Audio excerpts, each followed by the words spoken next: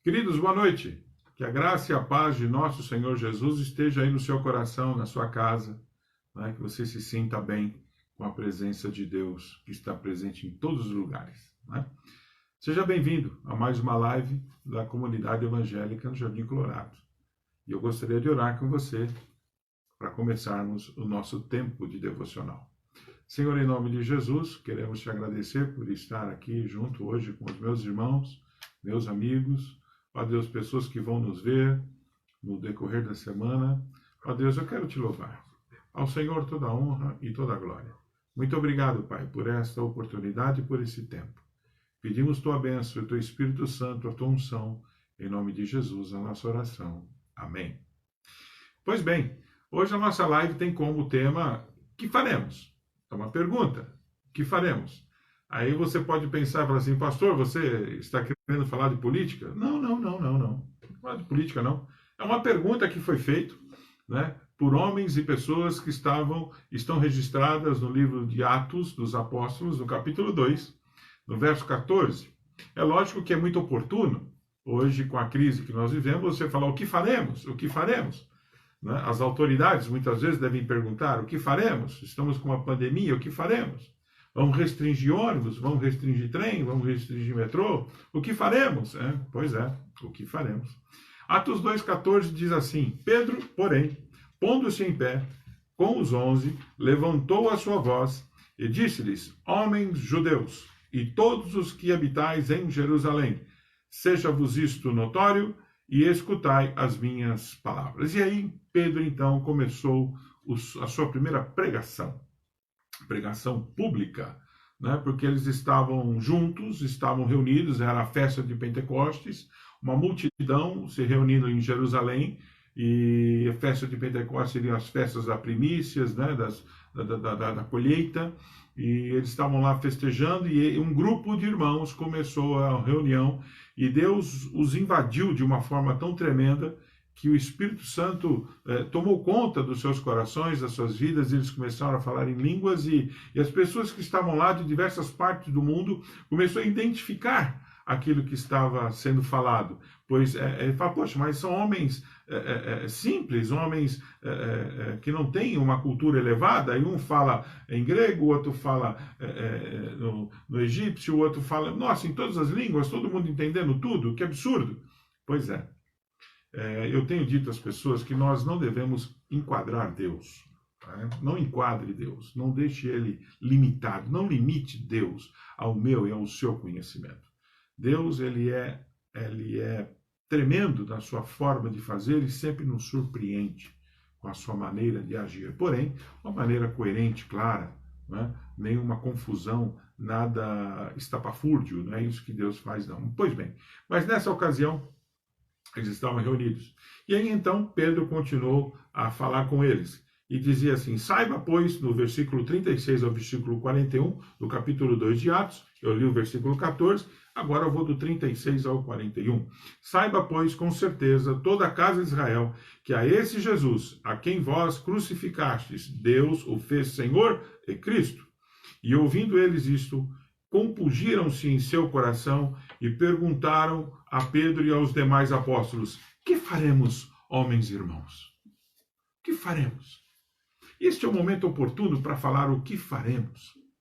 Nós vemos governantes, vemos líderes totalmente perplexos, empresários, e o que faremos? Né? Roma, nesse contexto, ela usava de muita força para dominar, ela usava de força, cobrança de impostos, era um pessoal truculento, né? E eles então cobrando impostos e forçando o povo, judiando do povo, mas o povo então vendo toda aquela crise que eles viviam naquele contexto, o que faremos? Depois de ouvirmos tremendas coisas, depois de vermos tremendo poder, pergunto, o que faremos? E essa pergunta hoje é perfeitamente oportuna. O que faremos? E disse-lhes Pedro, e agora vem a resposta para você também. O que faremos? Arrependei-vos, e cada um de vós seja batizado em nome de Jesus Cristo, para perdão dos pecados, e recebereis o dom do Espírito Santo. Porque a promessa vos diz respeito a vós, a vossos filhos e a todos os que estão longe, a tantos quantos Deus nosso Senhor chamar. E com muitas palavras, com muitas outras palavras, isso testificava e os exortava, dizendo: salvai-vos desta geração perversa, de sorte que foram batizados os que de bom grado receberam a sua palavra, e naquele dia agregaram-se quase 3.000 almas. Uma pregação, a unção de Deus, e movimentou 3.000 pessoas se rendendo a Jesus. Tremendo, não é? O que faz a unção de Deus sobre a vida de homens e mulheres que realmente querem servir a Deus. A palavra sai com unção de tal maneira que constrange o coração daquele que ouve e ele se rende. A pergunta continua: o que faremos? Pois bem, o pano de fundo desse texto: Jesus ressuscitou, os discípulos estavam reunidos em comunhão uns com os outros e em obediência ao que Jesus havia dito, que deveriam ficar em Jerusalém até que fossem cheios do poder do Espírito Santo que viria após sua ascensão. E nesse texto eu gostaria de destacar com vocês 3 aspectos. Primeiro, a fé dos agora apóstolos, quando indagados sobre o que estava acontecendo com eles. Eles falaram: o que está acontecendo é o poder de Deus, é o poder do Espírito Santo, que Jesus, aquele que vocês crucificaram, ressuscitou e falou que nos enviaria o Espírito Santo para podermos anunciar o reino de Deus.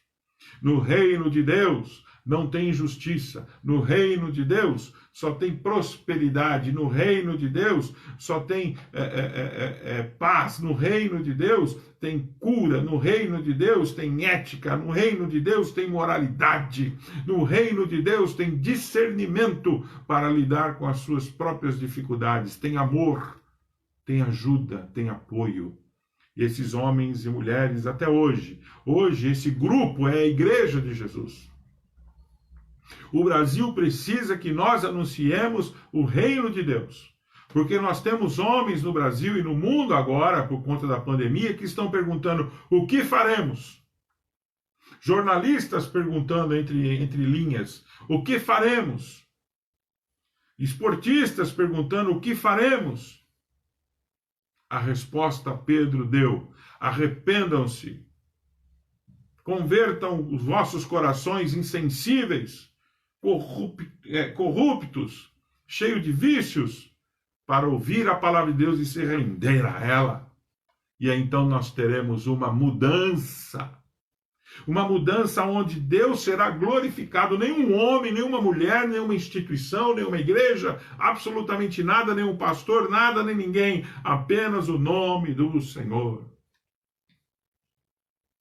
E aí poderemos dizer: feliz é a nação cujo Deus é o Senhor. Segundo aspecto desse texto, do pano de fundo, Pedro se levanta e diz que estava acontecendo, o que estava acontecendo. E os confronta, e os convida ao arrependimento e a confessarem, e então sejam batizados, iniciados. O batismo é a iniciação. E receberiam todo o discernimento pelo Espírito Santo como a um dom, uma dádiva. Quem sou eu hoje? Quem é você hoje? Você é aquilo em que você crê. Você é aquilo em que você acredita. Se você acreditava no sistema, você está aí perplexo. Se você acredita em Deus, o Senhor e Salvador, que enviou Jesus para trazer luz, entendimento, compreensão à vida dos homens, você é uma pessoa rica e feliz. Porque você tem discernimento do que está acontecendo. O Espírito Santo não nos deixa sozinhos, abandonados, desamparados. E o terceiro aspecto, tiveram suas vidas impactadas, quase 3.000 pessoas impactadas por aquela palavra de Pedro.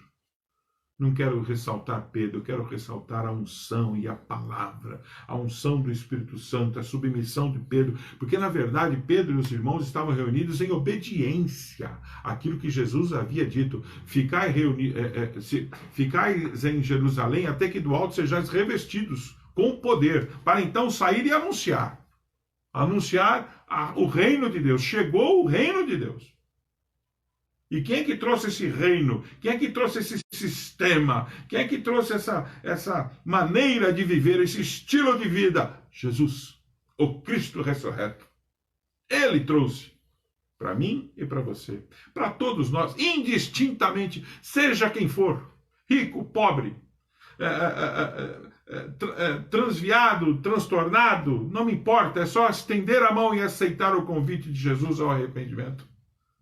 Confessar o seu pecado e pedir ao Senhor que lhe perdoe, e o Espírito Santo lhe abençoará, trazendo a você uma nova compreensão, um novo entendimento. Eu quero concluir com os irmãos, fazendo a pergunta: o que faremos? O que faremos diante de tudo isso? A resposta é uma só. Aceite o convite de Jesus. Entregue sua vida a Ele. E o mais, Ele irá fazer. O mesmo Espírito do dia de Pentecostes está cheio de amor e verdade. Está com a mesma disposição hoje, agora. O Espírito Santo tem a mesma disposição que teve em Pentecostes há mais de 2000 anos atrás. A mesma disposição de salvar, de ajudar aquele que está perdido. Pois quem precisa de salvação é porque está perdido. O sistema está perdido, precisa de salvação. Quem tem a salvação? Jesus, o Rei dos Reis, o Senhor dos Senhores, que vem implantar um reino de justiça, de verdade e de amor, de verdade. E onde há verdade, há libertação. A questão é confessar, ter coragem para confessar, ter coragem para se arrepender, ter coragem de assumir os seus erros, ter coragem de mudar a sua vida. Isso precisa de coragem, mas não está sozinho, você não estará sozinho. Esses homens fizeram porque o Espírito Santo os ajudou. É só pedir ao Deus Espírito Santo, Ele nos ajuda. É só preciso confessar os pecados, se arrepender e receberá o Espírito Santo, que vai ministrar junto à sua alma o amor de Jesus, lá na cruz, o amor, o significado daquela ida de Jesus à cruz, o significado do Natal, o significado da Páscoa, e depois é seguir, caminhar um dia de cada vez, sorrindo mais, se alegrando mais, né? E chorando de alegria também. Isso vai fazer parte da sua vida. Aceite Jesus. Não endureça o seu coração, não feche o seu entendimento, não permita que esse sistema diga que o reino de Deus não tem a solução, pois, na verdade, o sistema que o Senhor Deus colocou à nossa disposição, esmiuçado na palavra de Deus, baseado na verdade, no amor, na justiça, né? No desejo de glorificar a Deus, ele é fundamental e não tem falha. Eu posso falhar. A instituição igreja pode falhar, sim, pode falhar. Mas o reino de Deus, o Espírito Santo, aquele que está sensível, com o ouvido sensível à voz do Espírito, observando a sua palavra, esse não vai falhar tão fácil. Vai ser muito mais difícil de falhar. Amém? Quero orar com você e, nesse momento, orar por você que vai se render aos pés de Jesus e receber o dom do Espírito Santo. Esclarecimento divino sobre a sua vida, o que fazer e como fazer. Toda a capacitação. Creia nisso. Curva sua cabeça. Senhor, em nome de Jesus, eu quero orar pelas pessoas que ainda não se renderam ao Senhor. Que essas pessoas aceitem o teu convite. Não te rejeitem. Não rejeitem a palavra do Senhor, a orientação, o verbo encarnado, a vida que Jesus nos transmite a partir da cruz. A vitória sobre o nosso maior inimigo, a morte, sobre o nosso maior medo. Então, Pai, eu oro por essas pessoas que agora decidem aceitar a Tua palavra. E também por nós, que temos caminhado com o Senhor. Eu peço aos Teus filhos que recebam a unção do Teu Espírito Santo para divulgar esse reino de justiça, esse reino de amor e paz e de verdade. Em nome de Jesus, Senhor, peço a tua bênção à tua igreja, o teu povo, e assim eu oro agradecido que o Senhor abençoe as autoridades do Brasil, para que esses homens e mulheres também se rendam a esta palavra que é viva e tremendamente capaz de transformar e nos responder o que faremos. Em nome de Jesus é minha oração. Amém. Ok, deixe-me transmitir a você uns avisos. Amanhã teremos 2 lives com um grupo de homens. Como eu expliquei da vez passada, nós queremos que todos os homens da comunidade interajam. Porém, nós estamos montando grupos pequenos. Você não foi chamado ainda, será em breve para participar, porque depois que você aprende a manipular, manusear esse nosso sistema que nós usamos no Meeting, né? Essa a plataforma que nós utilizamos para nos comunicarmos em grupo, né? Depois que você, então, nós vamos juntar todos. Então, amanhã nós temos 2 lives, das 18 às 19 e das 19 às 20. É lógico que nós não ficamos 1 hora. Ficamos em torno de 40 a 45 minutos, ou seja, 18 a 18h45, depois 19 a 19h45. Né? E não se esquecendo que domingo, né, tem a IBD, através das lives da IBD, né, que você tem recebido os convites para participar, participe do estudo da Palavra de Deus, e também à noite, o nosso culto online, onde estaremos lá pregando esta poderosa e abençoadora Palavra de Deus. Tá bom? Deus te abençoe, uma boa noite, um bom descanso e até lá.